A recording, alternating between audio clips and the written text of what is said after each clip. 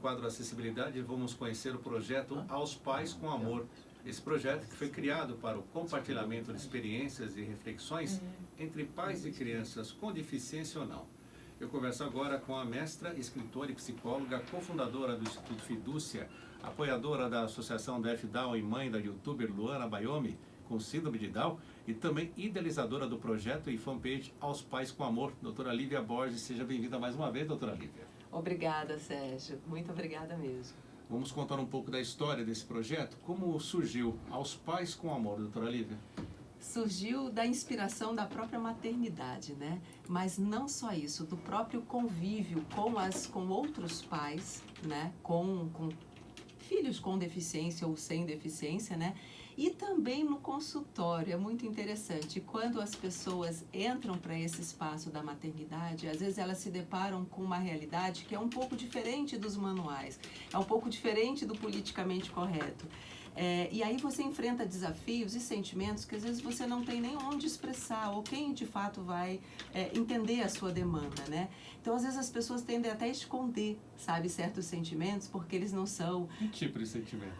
Por exemplo, quando você sabe que tem que ter uma atitude com a criança de paciência, de tolerância, e de repente você chega um momento que a gente brinca assim, você surta, né? Então, inclusive um dos trabalhos que fizemos é exatamente uma reflexão sobre isso. O que fazer quando os pais surtam? Porque normalmente só fala assim, os manuais, né, falam assim, você não deve brigar com seu filho, você não deve falar alto com seu filho, sempre o que você não deve fazer, ou então dizendo o que você deve fazer, mas nunca a reflexão e o que fazer se você não fizer nada daquilo que você sabia que era para ser feito, né?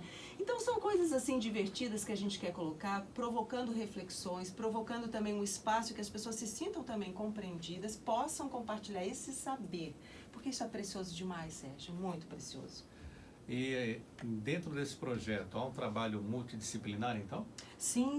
Inclusive a gente quer expandir, inclusive para publicações que sejam acessíveis. Então, assim, não só em termos de vídeos, em termos de notícias, mas em termos também de livros, em diferentes formatos, também digitais, enfim. Mas, assim, sempre privilegiando o acesso à informação, porque algo que a gente se preocupa muito é que é tudo tão caro, Sérgio, é tudo tão... Ou então, numa linguagem que não é acessível, porque quando a gente fala de acessibilidade, qual é a ideia que as pessoas têm? Mobilidade, acessibilidade física.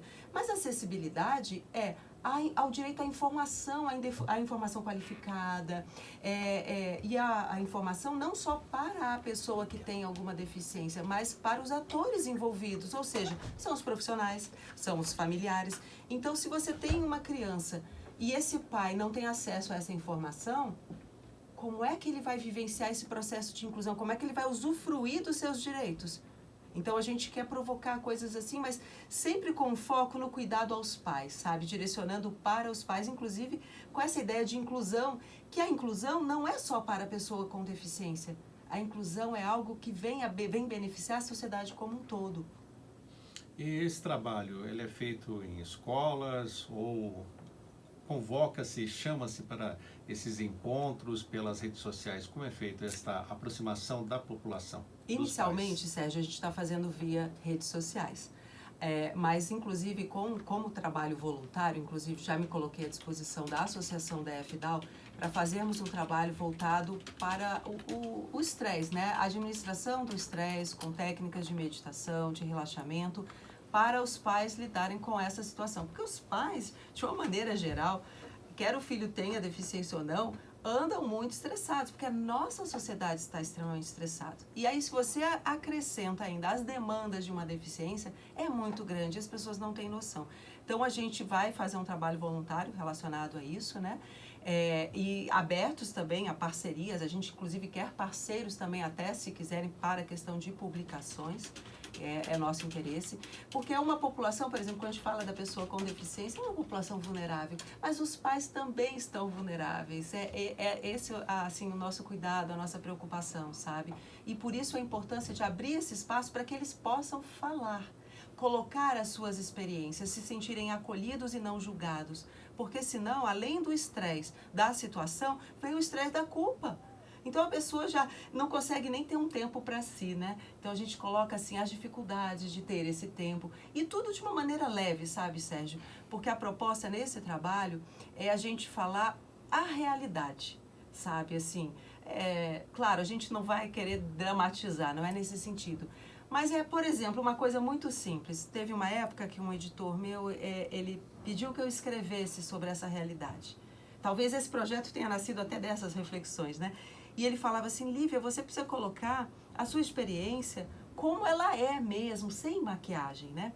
Conte um pouco para nós, então, dessa experiência. Pois é, uma delas eu não tenho a menor paciência com profissional ou pessoa alguma de qualquer área que chegue para mim e fale assim, ô mãezinha, eu não tenho, confesso a você.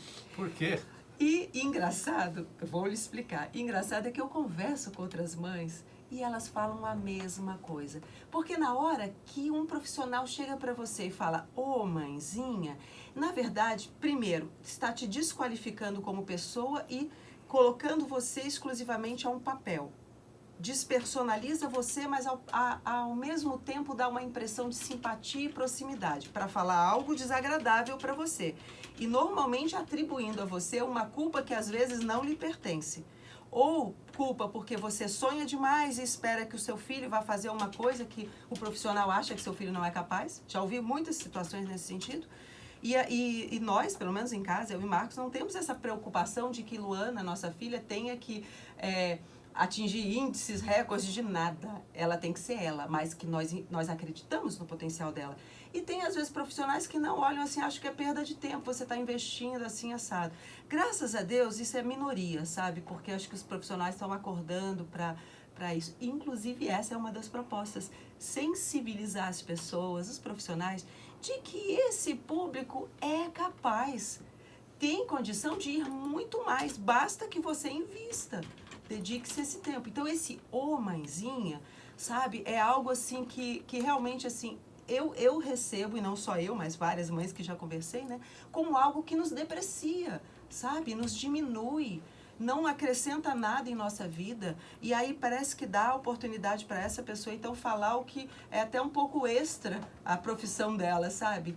E quer seja da área de saúde, quer seja da área de educação, enfim. E é muito desagradável isso, sabe, Sérgio? Então essa é uma delas. Doutora Lívia, um dos grandes desafios, então, que a senhora já citou aqui, é a inclusão social de pessoas com síndrome de Down.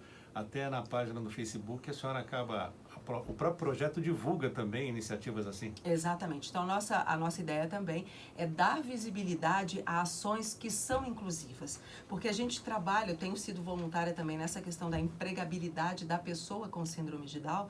Então, a gente vê que, por um lado, há um desconhecimento, por outro lado, há um preconceito. Mas quando a gente dá informação para aquele que desconhece e possibilita o preconceituoso a vivenciar uma nova experiência, os resultados são maravilhosos. Nós tivemos uma experiência fantástica num congresso de Anclivepa, dos médicos veterinários, né, de animais de pequeno porte, e esse resultado se multiplicou. Outros congressos começaram a chamar pessoas com deficiência para trabalhar, ou seja, não só pela questão da lei de cotas, mas por perceber que essas pessoas são capazes, essas pessoas agregam, e não é por pena, porque isso é importante ficar bem claro para a sociedade. Ninguém quer que tenham pena dessas pessoas ou dos nossos filhos, mas que dê a eles o que é legítimo deles. E o engraçado, Sérgio, é que inclusive a OIT já comprova os resultados disso, de que quando você coloca uma pessoa com deficiência no ambiente de trabalho, o ambiente de trabalho melhora, inclusive dá uma adesão maior, uma coesão entre as pessoas e uma permanência nos próprios colaboradores. Isso devido exatamente à presença, essa troca, né, essa diversidade no ambiente de trabalho. Porque os pais, quando têm um filho deficiente ou não, principalmente deficiente, acredito que vem assim até por um parafuso, muitas dúvidas, como agir. Por isso a importância desse diálogo, dessa troca de experiências. Totalmente, porque inclusive às vezes a gente se depara com vários tabus, a própria dificuldade de você entender aquele momento. Então tem inclusive a grande briga entre as pessoas, assim, se há o luto, se não há o luto, o que significa esse luto, né? Porque algumas pessoas encaram esse luto como algo negativo, como se fosse uma rejeição ao seu filho, e não é. É um processo de você, na verdade, receber aquela criança diferente da sua expectativa, mas isso acontece com pais com deficiência ou sem deficiência, porque, em geral, sempre criamos expectativas. Às vezes a expectativa até sobre se vai ser menino, se vai ser menina, se vai seguir essa carreira, se não vai seguir essa carreira. Expectativas. E que quando a criança cresce e se posiciona de uma maneira diferenciada, às vezes os pais sofrem. E os pais de uma criança com deficiência, às vezes eles passam por esse processo logo nos primeiros dias de nascimento, ou até ainda durante a fase de gestação. Mas não quer dizer necessariamente rejeição, quer dizer uma mudança, né, de percepção sobre aquele que está chegando, né? Então é um momento realmente de muita fragilidade, que precisa de apoio. Outros não, outros já encaram esse momento como: vou estudar tudo que meu filho vai precisar saber para se desenvolver, enfim, que é mais ou menos o que nós fizemos, né? Já que estamos falando do que vocês passaram, temos a Luana Bayomi, que ela é uma youtuber, ela tem síndrome de Down. E como está sendo esse trabalho feito por ela, essa atitude, essa atividade feita por ela? O que você consegue filtrar do feedback das pessoas que acompanham para ela mesma? Interessante que ela se mostrou pra gente sendo youtuber, querendo ser, querendo fazer e querendo gravar. É claro que esses vídeos ainda não foram para a internet, né? Nós deixamos os outros que têm uma, vamos dizer assim, uma relevância maior para a sociedade. Porque um cuidado que nós temos, sabe, Sérgio, é que tudo que fazemos tenha um propósito, possa agregar valor à vida de outras pessoas, quer seja inspirando, e não somente a ela, né? E ela fica muito feliz, porque ela participa da edição dos vídeos, ela estuda os vídeos, porque inclusive nós legendamos os vídeos em caixa alta para facilitar a própria leitura dela. Então, como a gente percebia a dificuldade dela, imaginamos que outras pessoas também tinham a mesma dificuldade. Então, a gente faz todo um investimento nesse sentido para que aquele conteúdo se torne inspirador, acessível e gere autoestima para ela. Então, ela se sente orgulhosa, tanto assim que às vezes, quando estamos em algum lugar, algum evento, ela chega assim para mim: mamãe, o meu cartão, porque ela tem um cartãozinho do canal dela e ela gosta de distribuir e falar sobre o canal, né? Então, assim, é uma forma de também mostrar à comunidade que ela tem a sua importância, porque às vezes a pessoa, né, com deficiência sofre bullying, sofre discriminação, não é convidada para as festas. Então você vê os amiguinhos dos seus filhos todos reunidos, menos o seu filho. É constrangedor isso. Então, quando ela se percebe assim, ela consegue perceber que há valor na pessoa dela, no que ela faz, ela se sente orgulhosa. Então, até te deixa bem claro, não é por um envaidecimento ou a exibição da nossa filha. Ao contrário, é para trabalhar a autoestima dela e mostrar às outras pessoas que eles são muito capazes. E eu fico imaginando que depende também até da classe social de um pai mais pobre, né, uma mãe mais pobre, para fazer com que um filho com Down, por exemplo, consiga ter o devido tratamento, até a própria inclusão social. Sim, isso é uma coisa que me preocupa muito, porque, claro, o Estado precisa proporcionar isso, e tem até proporcionado. A gente tem um trabalho bacana lá no CRISDAL, mas ainda é pequeno diante da demanda. A demanda é muito grande. E uma coisa, Sérgio, que eu tenho uma preocupação, eu e meu marido, é que tudo é muito caro. Os cursos de especialização, tudo é muito caro. As publicações são caras, ou seja, elas só são acessíveis a quem tem um bom poder aquisitivo. E veja, o interessante é a gente colocar aqui que um filho com deficiência gera uma demanda financeira 3 vezes maior. E de tempo também. Então, como você pode ter mais dinheiro se você precisa ter mais tempo para dedicar ao seu filho? Olha o paradoxo, olha o conflito que gera nessas pessoas. Aí vem mães que às vezes precisam deixar de trabalhar para poder atender os seus filhos. E isso é importante, esse atendimento dessas mães. Então, a importância da redução da carga horária. E antigamente as pessoas viam isso como uma coisa ruim, assim, como a pessoa estivesse querendo se aproveitar do filho com deficiência.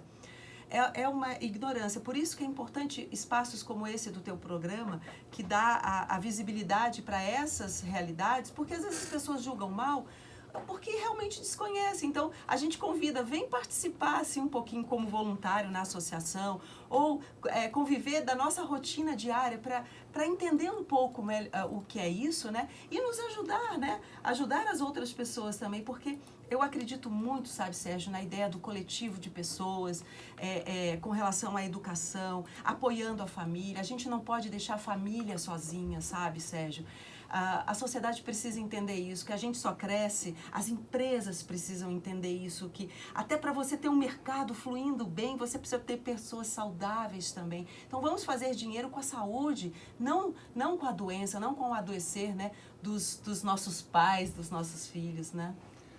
E as pessoas que querem participar então desse projeto, Aos Pais com Amor, como fazem, Lívia? Podem entrar em contato diretamente ou com a página, né, Aos Pais com Amor, ou pelo próprio site do Instituto Fidúcia também a gente faz contato, com a própria associação da FDAO, embora esse projeto não seja da associação, mas nós nos colocamos como voluntários na associação. Inclusive aqui é um apelo de pessoas que queiram apoiar a associação, porque inclusive é uma orientação, né, da ONU com relação a que nada seja feito para as pessoas com deficiência sem que essas pessoas participem. Então a gente precisa valorizar as associações, empoderar, né, realmente essas pessoas, né? E nada como grupo de pessoas, a despeito das dificuldades, né? Mas é assim que a gente conhece. Mas então pode inclusive nos seguir ou pelo canal também do YouTube, tem o canal Aos Pais com Amor, tem a Luana Abayomi, né? Também é o canalzinho dela,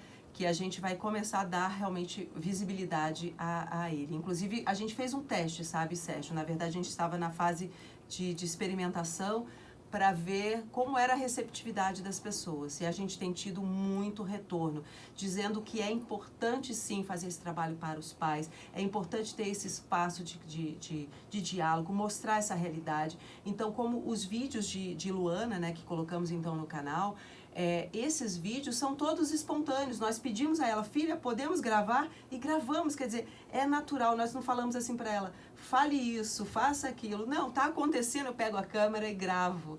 Então, porque é o espontâneo, a gente acredita muito no espontâneo. E assim também aos Pais com Amor. No Facebook, então, Aos Pais com Amor, curta a página e você vai ficar sabendo também muitas notícias sobre a inclusão de pessoas com síndrome de Down e também com outras deficiências até. Falando aqui, vocês falam aqui, publicaram uma notícia sobre o déficit de atenção, Lívia? Exatamente. E é muito frequente, e a dificuldade, às vezes, dos pais de mostrarem para a sociedade que eles não estão falhando na educação aos filhos, porque alguém olha e fala assim, ô mãezinha, você precisa dar limite para o seu filho. Eu mesma já ouvi isso, sabe? Então, é muito desagradável, porque as pessoas sempre partem do princípio que você não está cumprindo o seu papel de pai e de mãe. Estamos, mas eles têm dificuldades também de internalizar isso. Não quer dizer que a gente não faça e tem que fazer repetidamente, mas existe todo um tempo de processamento que é diferente. Entendi. Está certo. Agradeço a participação da mestra, escritora e psicóloga, cofundadora do Instituto Fidúcia, apoiadora da Associação DFDAO, mãe da youtuber Luana Abayomi. Luana tem síndrome de Down e tem esse canal. E a doutora Lívia ainda é idealizadora desse projeto e fanpage Aos Pais com Amor. Doutora Lívia, muito obrigado por estar conosco aqui na Rádio Justiça. Obrigada, Sérgio. Obrigada, ouvintes. Agora 10h41.